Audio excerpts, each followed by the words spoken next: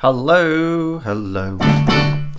We're gonna do another thing. It's been Friday, and so that means that we've got some more new music to look at.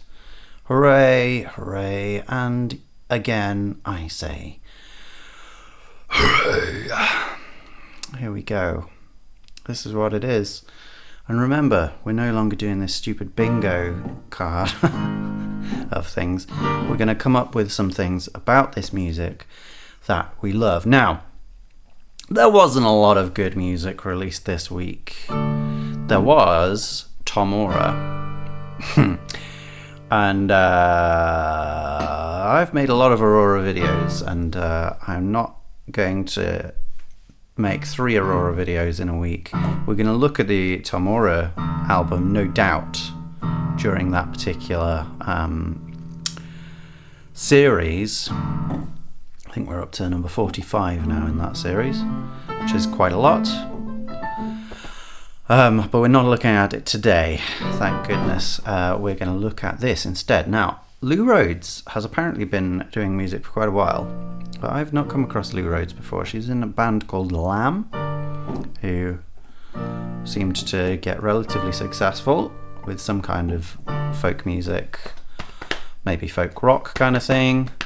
But that is not what this is, really. This album, Kiiōtō, is a collaboration between Lou Rhodes and this guy, who is called, I've forgotten, but let's just check the credits here, Rohan Heath. Pretty cool name. And yeah, seemingly they met in the lockdowns, pandemic, etc. And yeah, they're just making music together now, and it's pretty cool. It says jazz up here, and I would say jazz is a pretty slim term to describe it. I would say jam is a bit of a closer thing. It's not necessarily jam music really, but it is it's sort of I want to say ostinato based, riff based music. So it has this particular thing that repeats most of the song. We're going to have a look at one of those today, which is called Butterfly. There are some songs that don't quite do that. I think Paper Ships here is a little bit different, but pretty interesting piece of music. Let's go. Hang on, I actually need to adjust these windows, don't I? Because they're not quite the right shape anymore for some strange reason. So let's pull that out. Is that right? Is that how we want it to be? I don't. Ugh. Gross. I guess that'll do. All right. It's a lovely day. Let's go. Here we go. Butterfly.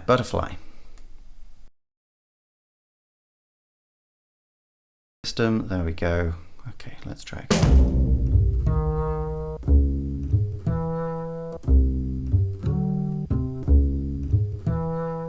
So, interesting. Okay, well there's our main thing. Double bass, upright bass. Doing these quite low. 2 different chords spelled out in a broken chord like that. Do do do. That's a C minor chord. Do do do. That's a D flat minor chord. Well, these don't exist in a key together. So straight away from the beginning, we're occupying an unusual sound world, one that doesn't conform to a conventional scale, at least. You could make a scale that had both of these in. In fact, a standard octatonic scale won't work, but it will have the thirds at least. And then we'd have to sort of put in a normal fourth and then switch the octatonicity, so then we'd end up with 9 notes. 1, 2, 3, 4, 5, 6, 7, 8, 9 notes. That surely is a no, it's not going to be a mode of limited transmission, because we don't get the halfway point, but we've got a little little thing there, and then a little thing here, and we just have, well, one of those notes in the middle. And whichever one it is, it sort of ruins the symmetricality of it. So what can you do? You can't make it symmetrical. That's fine. Anyway, the main thing is that we've got one chord that totally transports us to the next chord. There's no overlap. They're about as different as they can be, while still keeping in the same sort of range, right? Each of these notes is just one semitone higher, very close, just one semitone higher. Okay, and we repeat those. So there's a slight difference, which is as that one comes down, I think the third time it puts in an extra D flat, but it's still pretty much the same. And then other than that, we've got this kind of just on the beginning there, and about to come back in with that, just a flurry of drums just smashing in the face on the first beat. But not much else. Kind of an interesting texture. There's one other thing that is worth commenting on, and it's the production of this bass. Seems like every note is sort of pulled from a different take. Let's hear it. Maybe not, but there's a big cut between the first chord and the second one. There's a cut. Maybe these bottom ones sound quite joined together, but that top one also sort of exists by itself. Yeah, and they're kind of, there's this kind of, I guess it's more like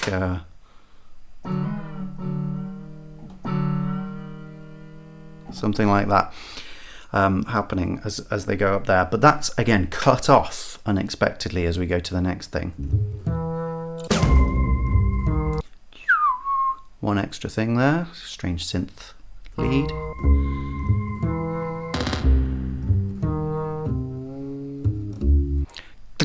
We have just little bits coming in and out with that one main thing that's now doubled, just keeping us rooted.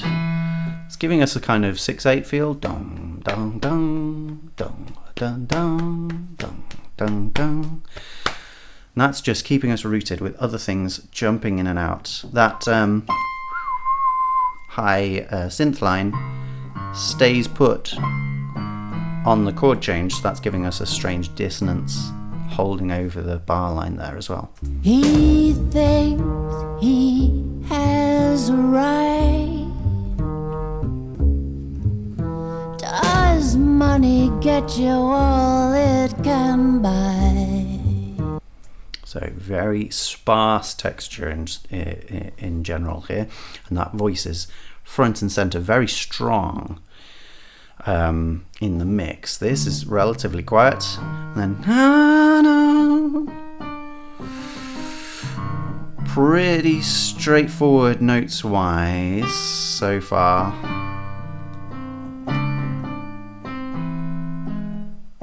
But there's a curiosity, which is that the melody is keeping really to the C minor. Is that true? Let's just check again.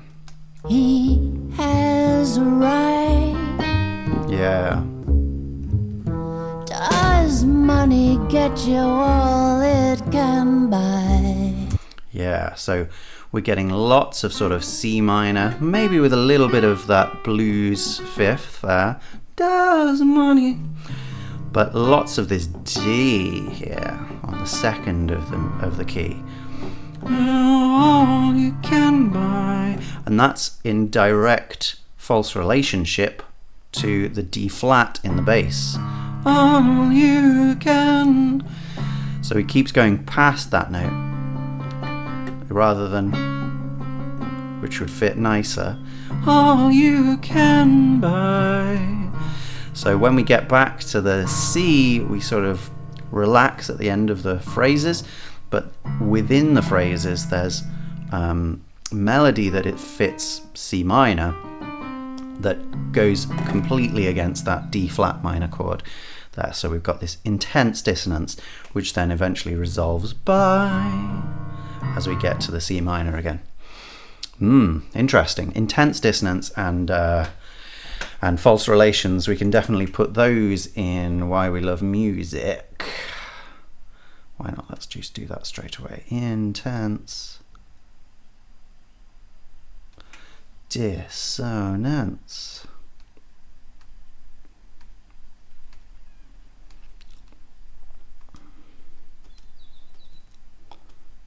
False relations. Maybe intense dissonance isn't fundamentally Why We Love Music, but used well, I suppose, is the thing there.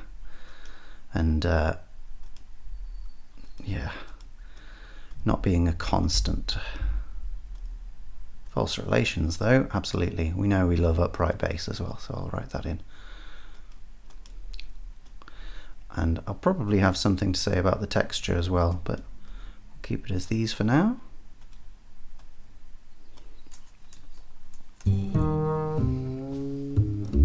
And some girls chase the dollar sign. Chase the dollar sign. Now again, that's still in the C minor, but it's over that D flat chord, so we get these really crazy dissonances. D and D flat. No, sorry. Actually, that's C and D flat, A flat and D, E and E flat, and then E and F as well.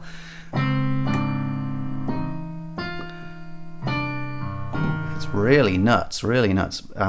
Because the texture is so sparse, we can really hear that relationship changing and the odd disconnection between them, the uncomfortable way they sit together. Yeah, it's really a bit out there.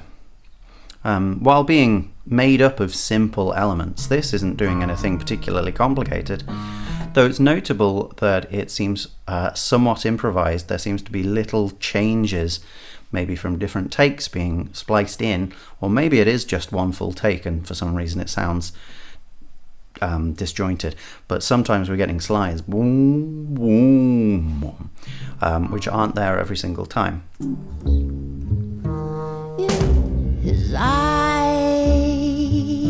little bit of drums there again. Okay, so we had the voice, it's very close, and then this kind of strange muted voice in the background as well, a repeat of the phrase. A devil in disguise. Same kind of thing, ooh, in maybe a guitar in the left, maybe a tiny bit more regular drums here. What's that then? Do.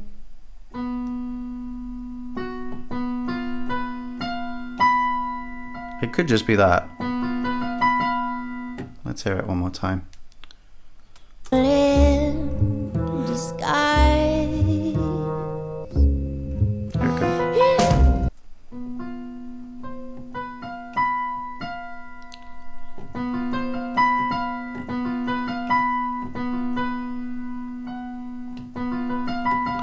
Well, it does sound pretty like that. There's something that's jarring with me.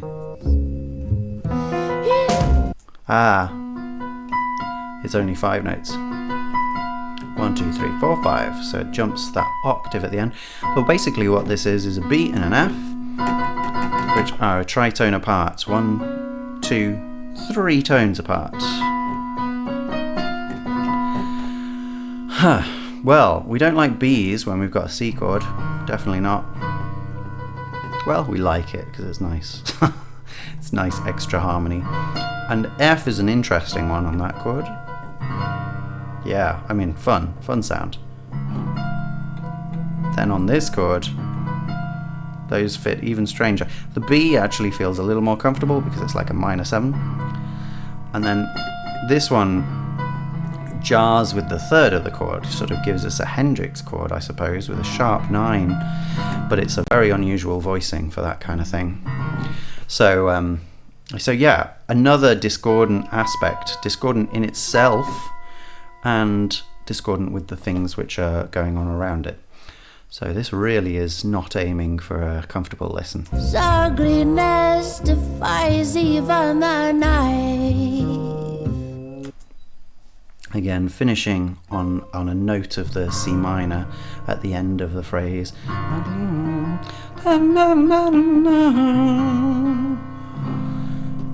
Okay, so we're really aiming for that C to feel like the finished chord, and then the D flat to feel like the other, something disturbing our peace.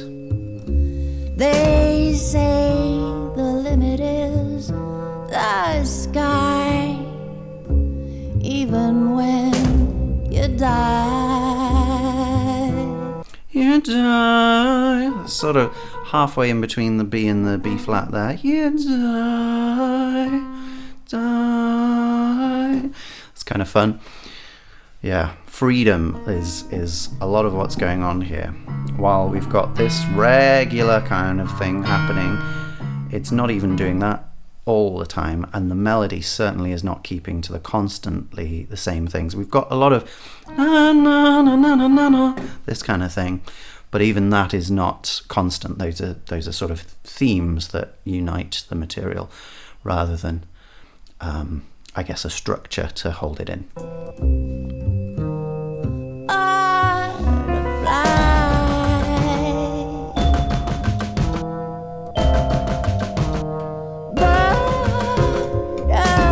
Yeah.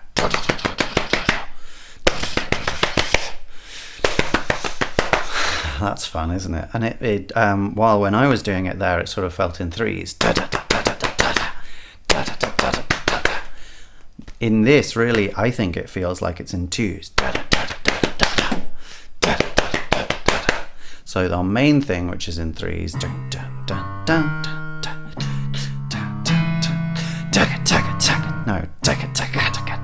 yeah, sorry. How do I do that? That's how. Yeah, that's fun.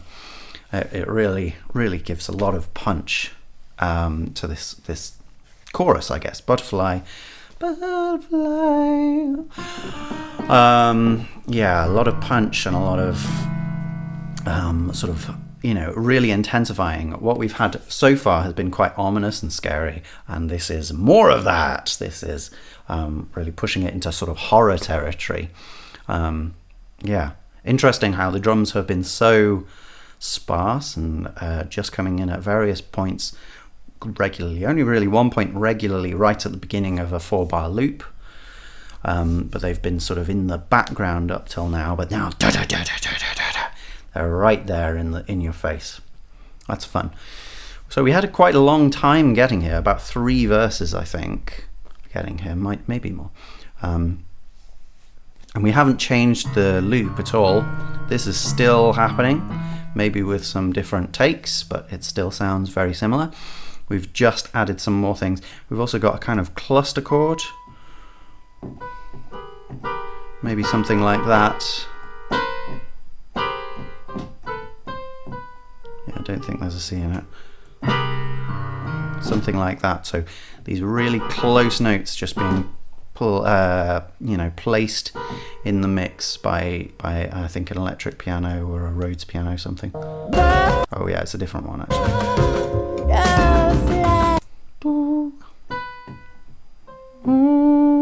Yeah, it might just be something like that. But either way, there's a lot of dissonance being held in that. Something like that. And they do kind of move around. Yeah, so a lot of really deliberate nastiness in here. Also, the immediate cut off there of the drums, right? Da da da da da da da da. Just totally absent. No reverb, no resonant, ambience at all. It's just absolutely cut off. So using electronics in a kind of interesting way, using production techniques. I guess we could say we love dry No, not dry. We don't love dry. Dry can be much too intense. And also I think we're going to put controlled dissonance rather than intense dissonance. Controlled.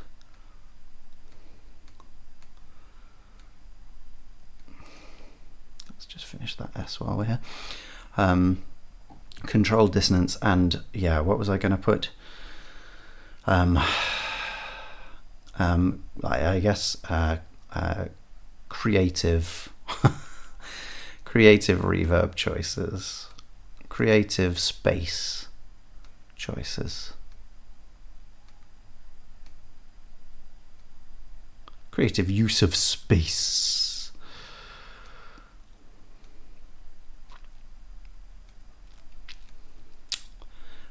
Because really that's what's happening when you're using reverb. You're making a space, for that sound to inhabit that is different to how it was recorded. Generally things are recorded very dry, very close, and so when things are recorded in other ways, they often have their own reverb. Like if I were to move further away from the mic and point other way, you can hear the sound of the room much more.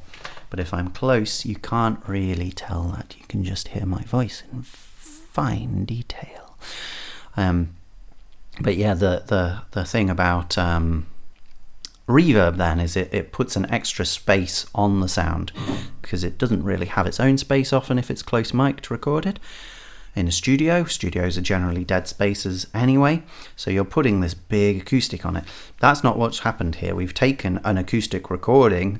Maybe there's a slight reverb, like a small plate or something added to it, but mostly we're getting this dry sound which is immediately cut off. We don't even get the sound of the room after, and we don't get a fade down or anything. It's just off, which is really abrupt and adds to the scariness, I suppose.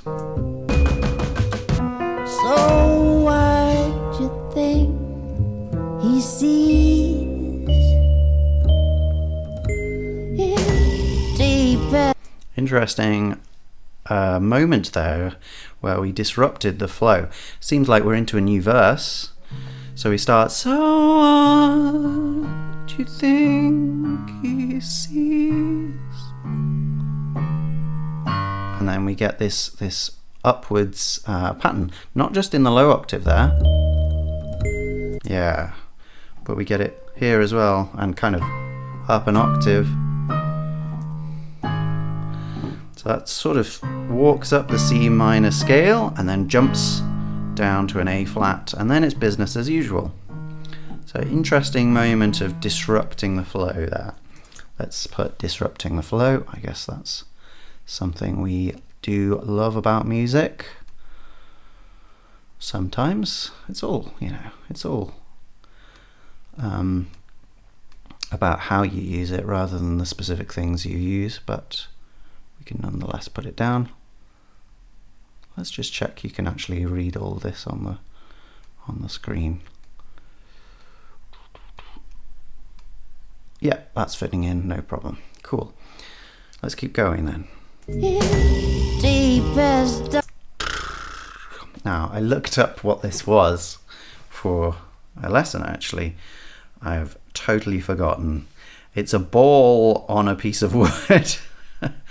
Let me just have a look again. Ball on a piece of wood, drum kit. What's it called? It's called something like it's not a wood block. Don't tell me it's a wood block. I know it's not. It's called something like it's not an omnichord, but that is what's coming to mind. I am really annoyed that I've forgotten what this is. Springy sound. Oh, your pain. Give me what Vibraslap. Vibraslap is what that sound is. Let's hear it one more time. Deepest, darkest dreams. It kind of is like, it's like a cowbell. You've got a bell made of wood, generally, I think, that's attached to, in fact, it looks like this. Can you see that? Yeah, so it's a bell, maybe made of wood, attached to by a piece of metal, which goes round, attached to a ball, and you sort of twang the ball, and then the other bit goes. Yeah, it's a fun sound. I don't know where it's like most appropriately used. It sort of feels like a comedy sound to me most of the time, but maybe that's not what it's going for here. We've got that high synth again. There's the piano. To the sea. Interesting moment there where the bass goes really low, low G.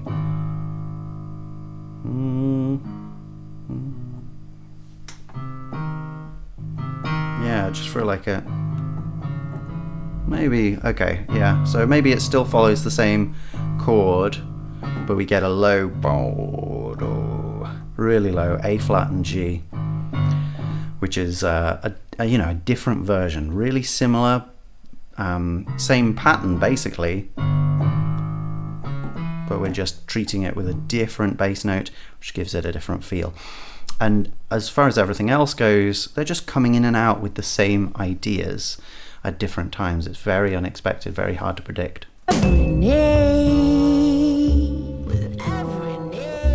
There's that sort of muted voice again. I guess it's a band filter. Maybe it's got a bit of distortion on it, and it's repeating the line. Well, I guess when there's no more lyrics or something like that, filling the space, we've got a another version of the voice.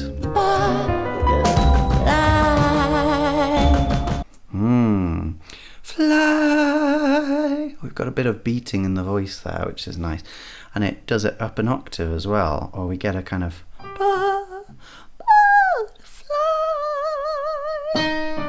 yeah, with which is nice. So I guess this is the main bit of melody that is constant through the sections, is this E flat to D here, which is quite an emotional interval. You know, they're both next to each other. The E flat goes nice with this chord. If it just stayed there, butterfly,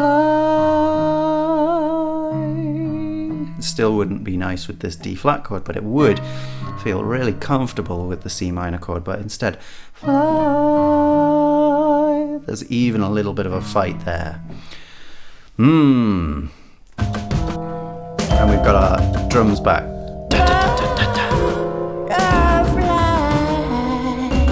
Yeah, so that extra voice that's coming, and it's not constantly doing octaves. So they did end up on octaves there, but that something like that, it went into sort of thirds, I think, there for a moment, before settling on octaves again as the other voice goes back down. So the break into falsetto has this real eerie quality to it, and breaking up the word as well. So we get up there, there's a break, and then to fly, something like that afterwards. Breaking it in half is a really, really interesting thing to do.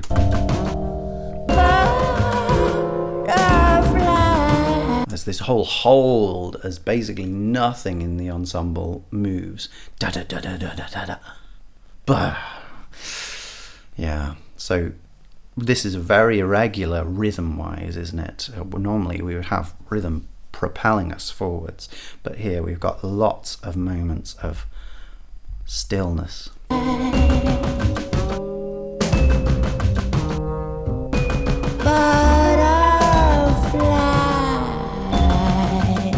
Yeah, again, finishing on octaves there, but they were like something like that, and then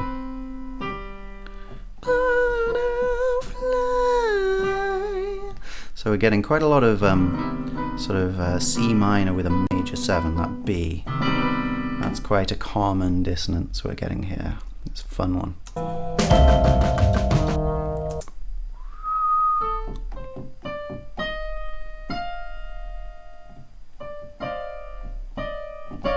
I'm going to work out that.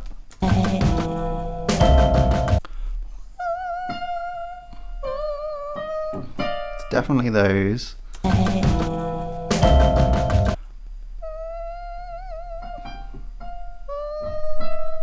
Is that? Can hear that as well. That sounds too nice.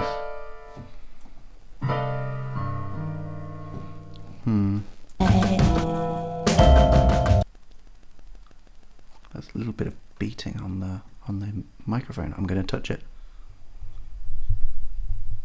Maybe that stopped it. Nope, there it is. That's interesting. A little bit of interference. I wonder where that's coming from. Alright. So there's that.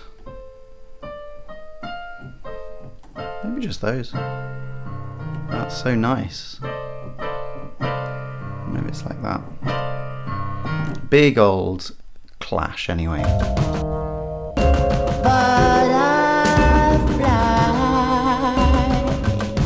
Yeah, it's sort of juxtaposed these big chords. I don't know what it could be. With then just one note being used. So even those aren't predictable. We're not necessarily getting a chord to clash. It's very hard to predict much. What we can predict is this, and when she's saying butterfly, we've got da da da da da da da da, which is good. You fly so high, your wings get burned. This is interesting because we've moved away from butterfly, but we've kept the da da da da da da da da. So this feels like a ramp up towards the end. Flying so high, your wings get burned. Very straightforward pentatonic melody there. So we're sort of maybe dumbing that down to make something slightly more catchy or straightforward. I don't think catchy is really what they're going for. That might just be a side product. You don't care, you never learn. Butterfly, butterfly. And then the backing vocals have sort of gone to just whispering, butterfly. While this main melody is still, pretty much pentatonic based in this section. You fly so high. We've also extended that. So it goes even further. It goes through the whole bar, basically. Your wings get burned. You don't care. You never learn. Yeah, and those whispering vocals now are singing more, aren't they? They're up on higher than the main vocal. You never learn. Butterfly. Louder and louder. Butterfly. So a real ramp up there with lots of noise, everything sort of raising in volume, especially the vocals and the drums just ba ba ba ba ba ba, and then it just disappears. Let's hear it again. Butterfly. Butterfly. Just one more. And let's see, to finish us off. So we never really departed from the same pattern all the way through there.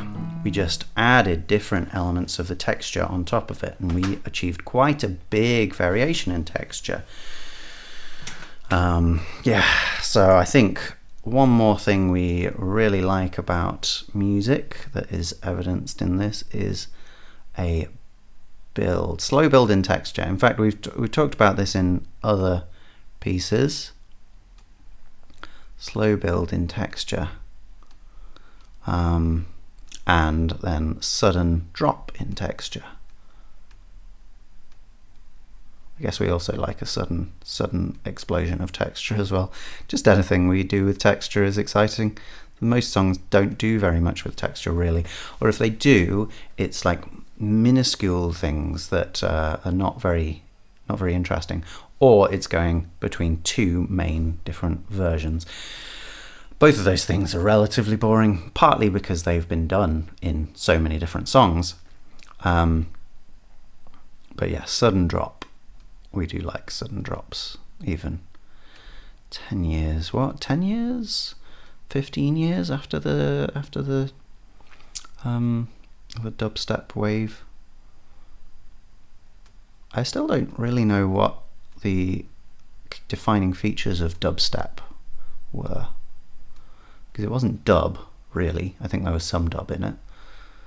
I guess there were some steps you could do, but yeah, it always seemed like a non-category to me, but it was very popular. Anyway, do we like other things? I guess we like whispered vocals because we're the ASMR crowd. We've got to keep them happy. Whispers. We like absence of drums. You know, if we were thinking slightly more subjectively, we could say a horror atmosphere or something like that, but I think we're going to keep that off because it's not one specific thing, it's the use of everything together makes that.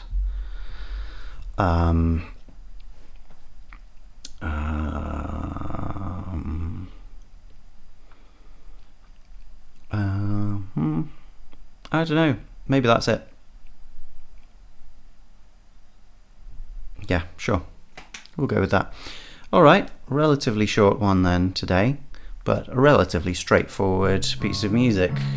No crazy sectional changes in this one. I hope you enjoyed it.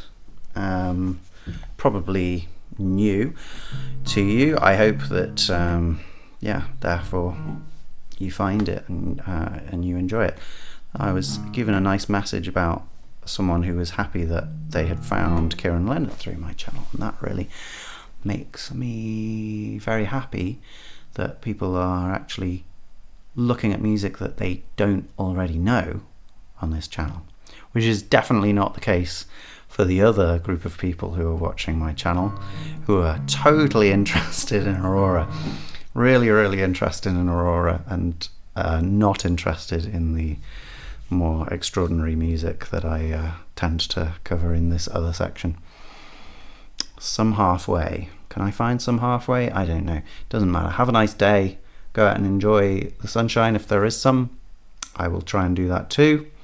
My vampiric self might refuse, but we'll see.